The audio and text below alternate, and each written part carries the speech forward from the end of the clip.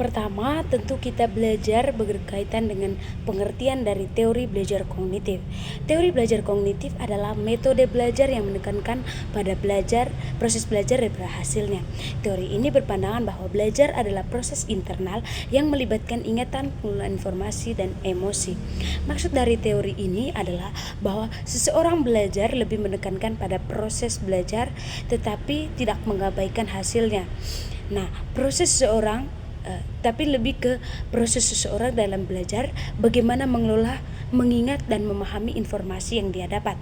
Ketika dia sudah mengerti berkaitan dengan apa yang ia pelajari, maka hasilnya juga akan terlihat dari proses yang telah ia lalui. Yang berikut teori perkembangan kognitif menurut para ahli.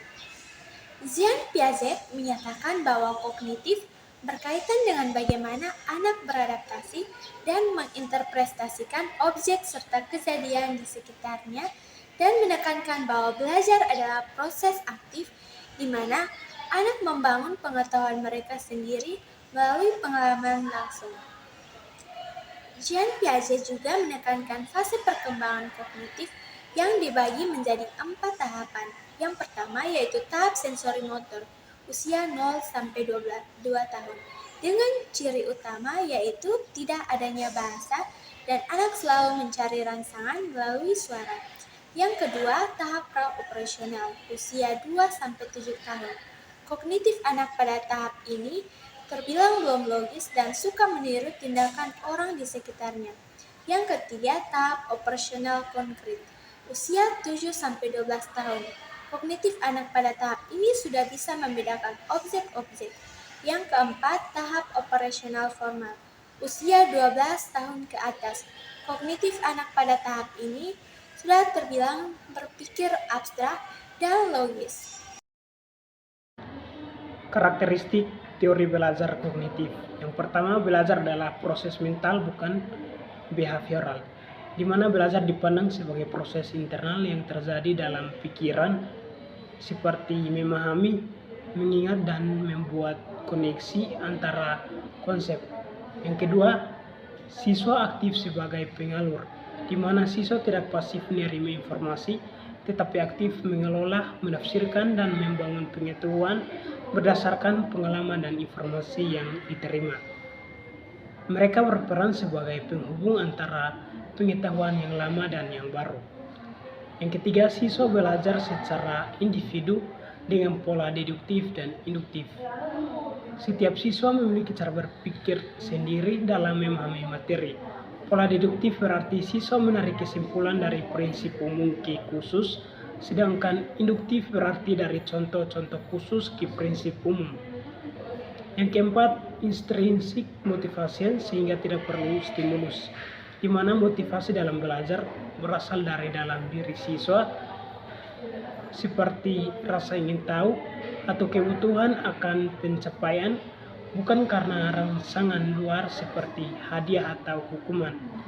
Yang kelima, siswa sebagai pelaku untuk menuntun penemuan, di mana siswa secara aktif mengeksplorasi, bereksperimen dan menemukan sendiri konsep atau prinsip melalui proses berpikir kritis dan pemecahan masalah. Yang berikut, guru memfasilitasi terjadinya proses insight. Guru berperan sebagai fasilitator, bukan sebagai satu-satunya sumber informasi.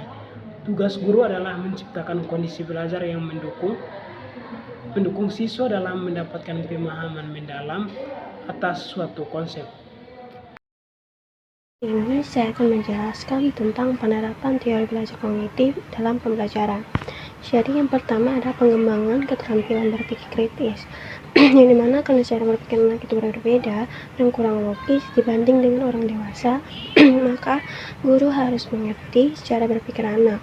Yang kedua, anak belajar paling baik dengan menemukan discovery.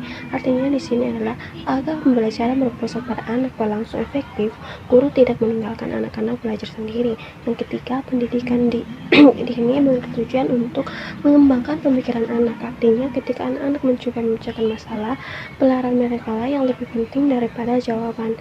Oleh sebab itu, guru penting sekali agar tidak menghukum anak-anak untuk jawaban yang salah. Yang terakhir, guru dapat menemukan dan menetapkan tujuan pembelajaran, materi pembelajaran, atau pokok pembahasan pembelajaran tertentu. Dapat disimpulkan bahwa teori belajar kognitif adalah teori belajar yang mengutamakan proses pengajarannya dibandingkan dengan hasil yang dicapai. Teori belajar kognitif adalah teori belajar yang paling banyak digunakan di Indonesia. Teori ini merupakan kritikan dari teori-teori yang telah ada sebelumnya, seperti teori behavioristik. Para tokoh kognitivisme kurang setuju bahwa belajar hanya proses stimulus dan respon yang tersusun secara mekanistik. Yang terpenting di dalam teori kognitif adalah insight atau pemahaman terhadap situasi yang ada di lingkungan, sehingga individu mampu memecahkan permasalahan yang dihadapinya, dan juga bagaimana individu berpikir atau thinking.